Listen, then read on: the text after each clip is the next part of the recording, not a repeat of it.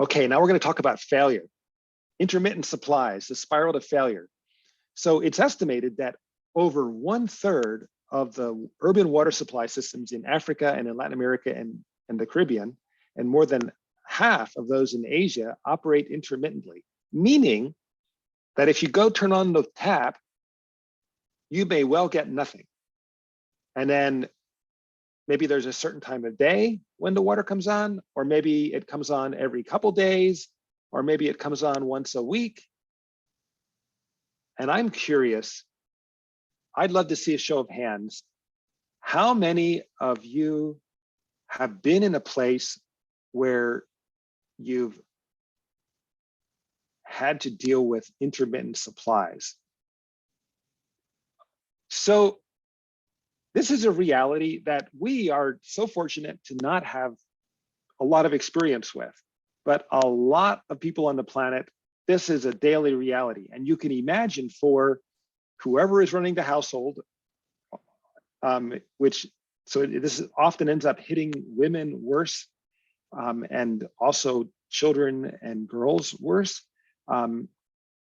This is a daily reality of having to do things to like store water, manage water, and sometimes deal with having severe water shortages in the houses. So why does this happen? So this is like a rolling blackout. This is like an electrical grid where there's not enough electricity, and so they turn off Columbus for a while so that the rest of Ohio can have electricity. So it's a crude form of rationing. It often, not always, but it often is correlated with systems or associated with water supply systems where they don't have meters. So this is a whole other topic, but in my house, there's a water meter, and it is read actually electronically by the water utility, and they charge me for the water that I use. I like that system because that means that if I save water, I pay less for my bill.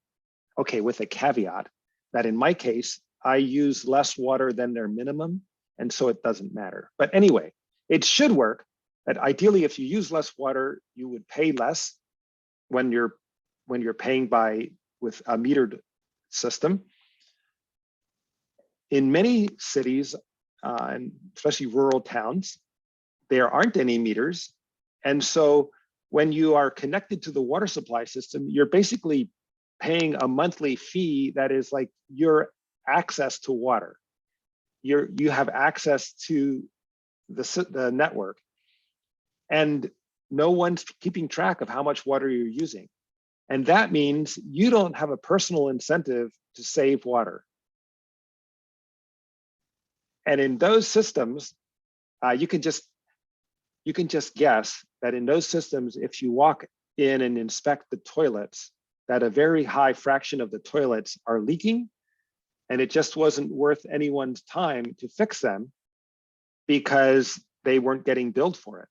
Whereas in my neighborhood, if your toilet leaks, it causes a ruckus because your water bill goes up, and you realize you should have spent $10 to fix the toilet, or $20 instead of the couple $100 that you're paying for all the water you're flushing down the drain. So lack of meters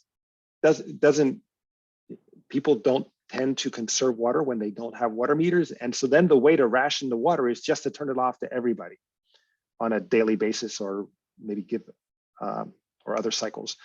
Another reason why a water supplier may decide to turn off the system intermittently is because the system might have leaks in it.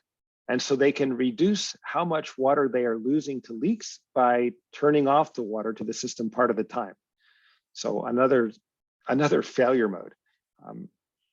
Here's another problem. Maybe the system, maybe the population of the city has continued to grow. And in many places, when cities grow, if they're in mountainous areas, people are moving up higher and higher into the mountains, higher and higher elevation, and the water supply system has trouble getting the water up to those new higher neighborhoods. And so they might turn off water to other neighborhoods so that there's more pressure in the distribution system so that it can reach those higher neighborhoods. So those are the elevation challenges. Okay, so this is this idea that, oh, we already have the technologies that we need. What we need is the political will and institutional capacity and education. And with that, we can solve the world's problems.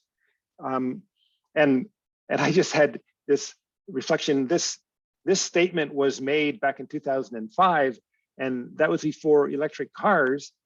And it means that this view is saying that we don't need new technologies. And I hope you feel like this is really bogus, right? There are still opportunities to invent better technologies that will make a huge difference for human sustainability on the planet. And we shouldn't just assume that the engineering is done. It's almost funny how that idea that like there was ideas that we would close the patent office 100 years ago because everything had been invented. And those notions just never made any sense. We will continue discovering things, and there's a chance of discovering things that will make a huge difference for the welfare of humans. So I like the word "and," that we need both good policies, good education, good institutions, and we need good technologies. And the thing that I'm skilled at working at, and you are learning how to do as well, is develop better technologies. And when you develop a better technology, you can perhaps help compensate for the fact that a community doesn't have access to a whole lot of money by implementing a technology that is more cost effective. And so yes, a wealthy community can have a crappy technology and they can maintain it and keep it running because they have a lot of resources, economic resources, to keep it running. But a poor community actually needs a better technology that is more cost effective. And so an engineer can help bridge that gap. So we need all of these things. And here's the multiplication. You need ones everywhere, or at least a number that's not zero everywhere, in order to get to success. And if you have really, really crappy technology, it's not going to work.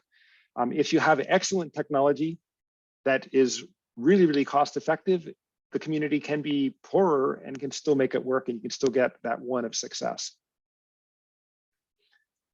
Just a few fun photos, some package plants in Honduras, and pointing out, oops, my box mixed, but you can see there's motors hanging out there. Here's some more motors. And the reason that there's a pump here is because when they designed this, they said, put these two parts of the plant on a level spot. And so because it was on a level spot, they needed to pump the water from one section to the next. And so that pump runs day and night and uses a ton of electricity. And all they would have had to do is locate the second, the filters just a little bit lower, a few meters lower in elevation, and then it would have worked by gravity and they would have eliminated that pumping cost. So we can use our brains and figure out how to make systems that are more energy efficient. And then this is about designing for the operator. It's like, why did the operators need to build this ladder and need to use it to get access to the plant here? And the reason is because they didn't have adequate access to that tank from the ground level. And that's what they needed. So, and here's another one. This, believe it or not, I mean, you can see the person there grabbing hold of this handle. That is the access port into the bottom of a sedimentation tank. And the reason that access port is important is because that's where you have to go to clean out the sedimentation tank when it doesn't clean out properly. And so what you have to do is grease yourself up and slide through that hole to get into the tank. And I would argue that is not designed with the operator in mind. We should do better than having that sort of an access port to clean out a tank. And last, a role for universities. You're going to develop new knowledge. I think I'm just going to go to this. It's this whole idea that you do laboratory research, we design new technologies, we work with partners who build new infrastructure, and then ultimately people get safe water on tap. And there's this circle, and the university plays a key role in developing those new technologies and helping to create those designs.